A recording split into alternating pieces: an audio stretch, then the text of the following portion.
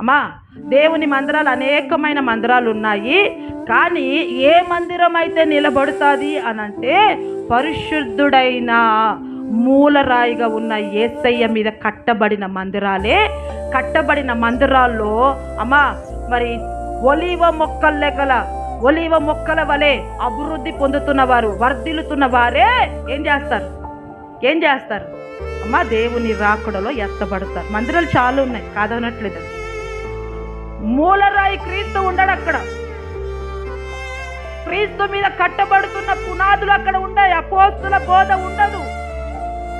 అపోస్తుల మీద కట్టబడుతున్న వారు సజీవులుగా ఉంటారు. ప్రాణము ఉన్నా ప్రాణము లేని వారుగా బ్రతుకుతూ ఉన్నారు కదా, అలా ఉండరు.